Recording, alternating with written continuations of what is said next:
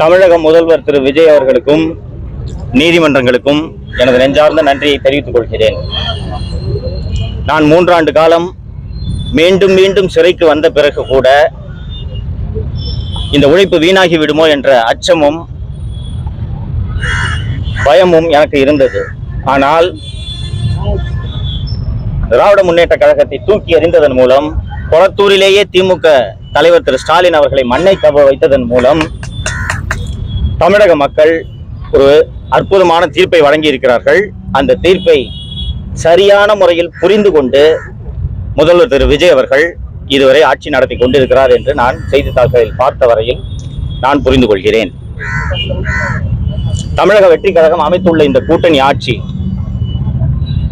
5 ஆண்டுகள் முழுமையாக தனது ஆட்சி காலத்தை நிறைவு செய்து தமிழக மக்களுக்கு பல்வேறு நலத்திட்டங்களை செய்ய வேண்டும் என்பதே எனது விருப்பமாக முதல்வரிடம் இந்த நேரத்தில் தெரிவித்துக் கொள்ள விரும்புகிறேன். தமிழக அட்வைசரி போர்டே வந்து குண்டாஸ் வந்து ரத்து பண்றோம், சஃபிஷியன்ட் இல்ல இவங்களுக்கு மேல குண்டாஸ் போடுறது அப்படின்னு சொல்றாங்க. தமிழக அரசு இப்ப விஜய் தலைமையிலான தமிழக அரசு நீங்க எப்படி பாருங்க?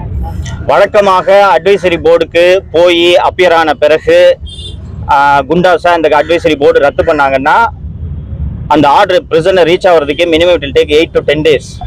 என்னோட விஷயத்துல திங்கட்கிழமை அட்வைசரி போர்டு முன்னாடி அப்பியர் ஆன வெட்னஸ்டே ஹோம் டிபார்ட்மெண்ட் என்னோட ஆக்ட் 14 டிடென்ஷனை ரத்து செய்து அரசாணையை சிறைக்கு அனுப்பியிருந்தது. அந்த அரசாணையை படித்த வகையில் முதல்வர் திரு விஜய் அவர்களே தலையிட்டு எவ்வளவு விரைவாக முடியுமோ அவ்வளவு விரைவாக குண்டர் சட்டத்தை ரத்து செய்யுங்கள் என்று உத்தரவிட்டதன் விரைவாகத்தான் நான் இவ்வளவு விரைவாக உங்கள் முன் பேசிக் கொண்டிருக்கிறேன். நாட்டில் என்ன நடக்கிறது என்பதை கடந்த 4 ஆண்டு காலமாக 5 ஆண்டு காலமாக அத்தனை பேரும் பார்த்து கொண்டிருந்ததனால்தான் கொளத்தூரில் மு.க. ஸ்டாலின் தோல்வியை தழுவினார். இதையெல்லாம் பார்த்ததனால்தான் திமுக ஆட்சி மீண்டும் வராது என்று அத்தனை எதிர்கட்சிகள் அத்தனையும் பிரச்சாரம் செய்தன. அதில் முதல்வர் திரு விஜய் அவர்கள் வெற்றி பெற்றிருக்கிறார். சோ இந்த 3 ஆண்டுகளாக சவுக்கு மீடியா ஊழியர்கள் ஒவ்வொருவரும் சந்தித்த துன்பங்கள் என்ன, என் தாயார் ஏன் இப்படி அகால மரணம் அடைய வேண்டும் என்பதையெல்லாம் தாவேகவினரும் சரி முதல்வர் அவர்களும் சரி பார்த்து கொண்டுதான் இருந்திருப்பார்கள். சோ அருண் IPS மீது என்ன நடவடிக்கை எடுக்க வேண்டுமோ முதல்வர் நிச்சயம் எடுப்பார் என்ற நம்பிக்கை எனக்கு இருக்கிறது. யாரை வேணுமானும் சந்திக்கிறதுக்கு நான் எப்போதும் தயாராக இருக்கிறேன். முதல்வர் அழைப்பு கொடுத்தால் சந்திக்க நான் தயாராக இருக்கிறேன். அரசே வந்து தானாக நீக்கி இருக்காங்க. இந்த ஆட்சியில ஊடக சுதந்திரம் இருக்குன்னு சொல்லிட்டு நீங்க ஃபீல் பண்றீங்களா? எதிர்காலத்துல எப்படி இருக்குன்னு நினைக்கிறீங்க? நிச்சயமாக திமுகவை போல ஒரு கொடூர மனது படைத்த ஒரு கட்சி எந்த காலத்திலும் இருக்க முடியாது. தமிழகத்தில் இதற்கு முன்பு எவ்வளவோ முதல்வர்கள் ஆண்டிருக்கிறார்கள். ஊடகங்களிடம் கெஞ்சுவார்கள், கேட்பார்கள் கொஞ்சம் கம்மியா திட்டுங்க என்று. ஆனால் எதிர்த்து பேசும் ஊடகங்களையும் அந்த ஊடகத்தில் பணியாற்றுபவர்களையும் சிறையில் அடைத்த கொடுங்கோல் அரசாங்கம் திமுகவை தவிர வேறு எந்த அரசும் கிடையாது. முதல்வர் திரு விஜய் அவர்கள் ஊடகங்களில் வரக்கூடிய ஒவ்வொரு சின்ன சின்ன விமர்சனங்களையும் கவனத்தில் கொண்டு பல்வேறு திருத்தங்களை செய்திருக்கிறார் என்பதை அவரது செயல்பாடுகளில் இருந்து நான் பார்க்க முடிகிறது. சோ ஊடகங்களாக இருக்கட்டும், இன்னொன்னு தற்போது தமிழகத்தில் அமைந்துள்ளது ஒரு கூட்டணி ஆட்சி என்பதால் மேலும் கூடுதலாக ஜனநாயகம் இருக்கும். விஜய்க்கு தெரியாமல் விஜயின் காவல்துறையினர் ஏதாவது ஒரு நெருக்கடிகளில் ஈடுபட்டால் கூட கூட்டணி கட்சிகள் இப்போது அமைச்சரவையில் பங்கேற்றிருக்கக்கூடிய கட்சிகளே திரு விஜய் அவர்களிடம் இதை சுட்டிக்காட்டும் என்பதால் தமிழகத்தில் ஊடக சுதந்திரம் வலுவாக இருக்கும். திரு விஜய் அவர்கள் ஆட்சியில் சிறப்பாக ஊடகங்கள் செயல்பட வேண்டும் என்று நான் விரும்புகிறேன்.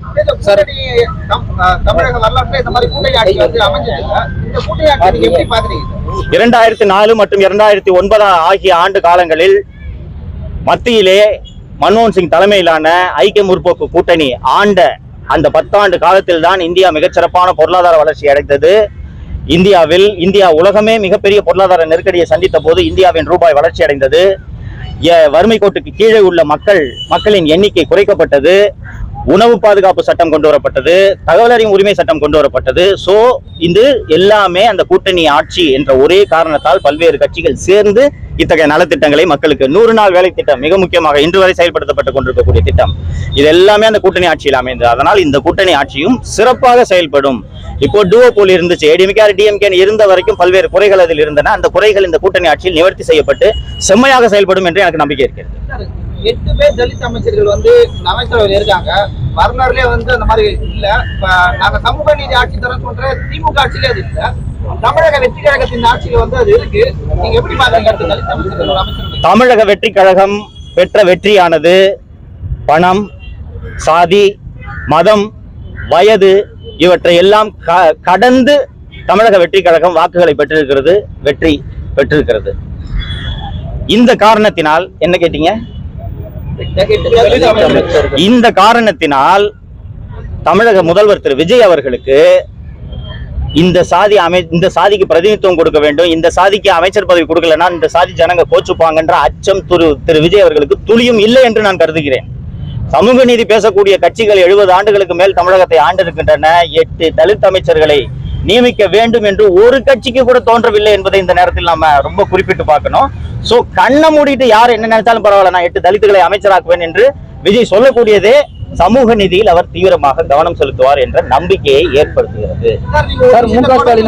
திமுக அதிகாரிகள் சொல்றதா அந்த அரசாங்கம் கேட்குது சொல்லிட்டு வந்தீங்க. அந்த அதிகாரிகளை தமிழக வெற்றி கழகத்தினர் இந்த அரசு வந்து மாற்றி இருக்கிறது. அதை எப்படி நம்ம எடுத்துக்கலாம்? அவங்க வந்து சொந்தமா யோசிச்சு முடிவு எடுக்கிறாங்க அப்படின்னு எடுத்துக்கலாம். இந்த நடவடிக்கைகள் ஒன்றே, குறிப்பாக ஆவினுக்கு நியமிக்கப்பட்ட அந்த அதிகாரிய நியமனம் எல்லாம் நீங்கள் கணக்கில் கொண்டு பார்த்தீர்கள் என்றால், இந்த நியமனங்களே நாட்டில் நடக்கும் அத்தனையையும் திரு விஜய் அவர்கள் கவனித்துக் கொண்டிருக்கிறார், அல்லது திரு விஜய்க்கு ஆலோசகர்களாக இப்போது இருப்பவர்கள் கவனித்துக் கொண்டிருந்திருக்கின்றனர். ஒவ்வொரு விஷயமாக கையில் எடுத்த நடவடிக்கை எடுத்துக் கொண்டிருக்கின்றனர் என்று மகிழ்ச்சியோடு அந்த செய்தியை நான் பதிவு செய்ய விரும்புகிறேன். அதனால் இந்த ஆட்சியின் மீதான நம்பிக்கை அதிகரிக்கிறது. யாருங்க? இல்ல, அதெல்லாம் அரசோட ரகசியம், எனக்கு தெரியாது. நான் ஒரு ஊடகவியலாளனாக என்னுடைய பணியை நெறி தவறாமல் தொடர்ந்து செய்ய வேண்டும் என்பதுதான் என்னுடைய ஒரே விருப்பம். எந்த ஆட்சியாக இருந்தாலும் சரி. இவ்வளவு கொடூரத்தை எனக்கு செஞ்ச போது கூட நான் திமுக ஆட்சியை தொடர்ந்து விமர்சனம் பண்ணிட்டு தானே இருந்தேன். அப்போ ஒரு பிளசண்டான அரசு இருக்கும்போது குறைகளை சுட்டி காட்டுறதுல என்ன தயக்கம் இருக்க போகுது எனக்கு? அதனால ஊடக சேர்ந்து நான் ஏற்கனவே சொன்ன கேள்வி பதில் சொன்ன மாதிரி ஸ்டாலின் அவர்கள் வந்துட்டு மீண்டும் நம்ம ஆட்சி தான் வரப்போகுது 5 மாசத்துக்குள்ள, எல்லாரும் வெயிட் பண்ணி பாருங்க அப்படின்னு சொல்லியிருக்காரு. அதை பத்தி உங்களோட கருத்து? இதே ஸ்டாலின் தானங்க 200 தொகுதிக்கு மேல ஜெயிப்போம்னு சொன்னாரு. வயசாயிடுச்சு, விட்டுருங்க. நன்றி.